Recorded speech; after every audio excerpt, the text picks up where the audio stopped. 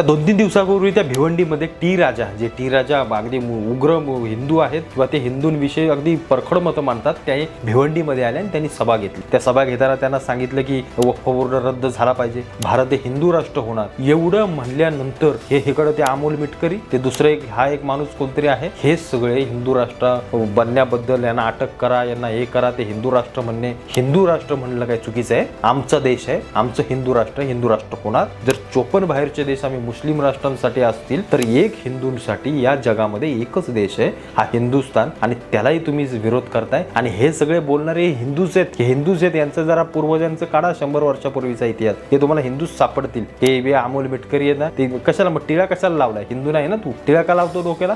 पण आपलीच लोक आपल्याच लोकांना मागं खेचताय, ते सगळ्यात वाईट आहे. म्हणजे खरोखर चुकीची गोष्ट आहे. कारण आपला दलित समाज जो आहे महाराष्ट्रातला ना, तो सरळ मुस्लिमांसोबतच आहे आणि त्यांना देखील हिंदूंचा विरोध आवडत नाही किंवा त्यांना देखील हिंदू समाज संपवायचा आहे. या असल्या सगळ्या गोष्टी असताना भारतातल्या हिंदूंनी जर ह्यांच्याच आपल्याच राष्ट्रामध्ये हिंदू राष्ट्र नाही करायचं तर कुठे करायचं, हा एक प्रश्न आहे माझा. आणि भारत हिंदू राष्ट्र आहे आणि त्याला खरोखर हिंदू राष्ट्राचा दर्जा द्यावा. त्याशिवाय हिंदू धर्म, हिंदू लोकांची मला असं वाटतं कुठली ताकद राहणार नाही, कारण ही आपल्यातलीच अशी काही लोक आपल्या विरोधात आहेत, एवढं मात्र नक्की.